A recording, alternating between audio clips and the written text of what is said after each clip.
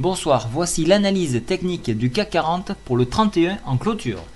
Alors aujourd'hui nous avons comblé le gap ici, il était tracé sur ce niveau là, je l'ai retiré, il n'a plus lieu d'être, il a été comblé. Alors nous avons touché en séance la MM7 et nous avons aussitôt replongé avec des statistiques très négatives côté US notamment. Nous affichons un deuxième SAR baissier, donc on a théoriquement une continuité baissière.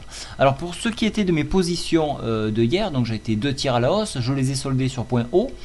Et j'ai basculé, donc je suis passé baissier et une très forte position à la baisse. Voilà, donc alors pour ceux qui veulent suivre mes mouvements, vous pouvez aller sur le chat du site, sur leconseilboursier.com. Donc alors pour revenir à cette figure, donc c'est une figure qui est entre le marteau inversé et le doji pierre tombale.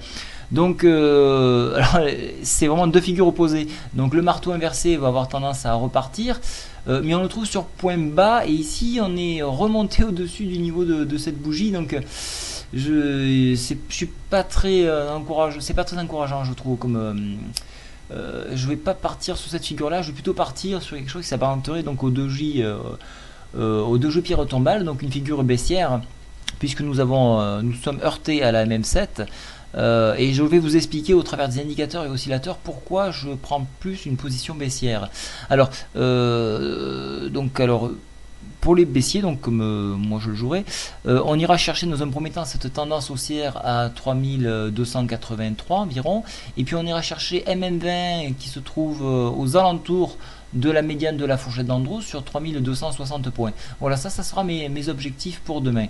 Pour les haussiers, toutefois, il est très intéressant de jouer également sur ce point-là. Il est tout à fait défendable sur 3295 et repartir chercher la MM7 sur 3315 et par extension la résistance majeure. Alors pourquoi j'aurai plus une tendance baissière? C'est très simple. Alors regardez un petit peu.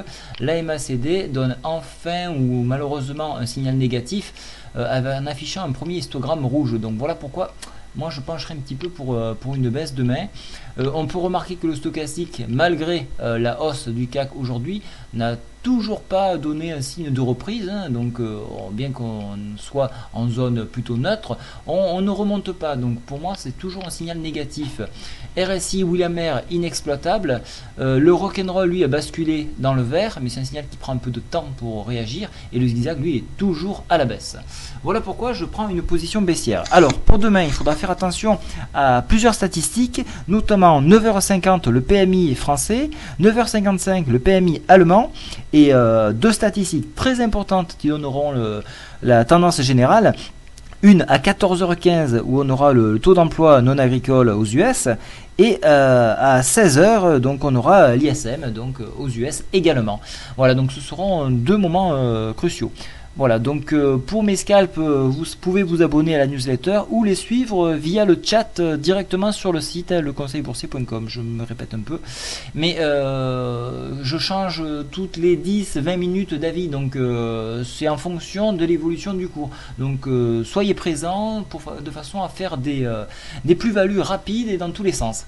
Voilà, et bien écoutez, je vous souhaite une très bonne soirée. Je vous détaillerai les titres que nous défendons, dont un titre que nous avons rajouté ce matin. Je vous souhaite une très bonne soirée. Au revoir.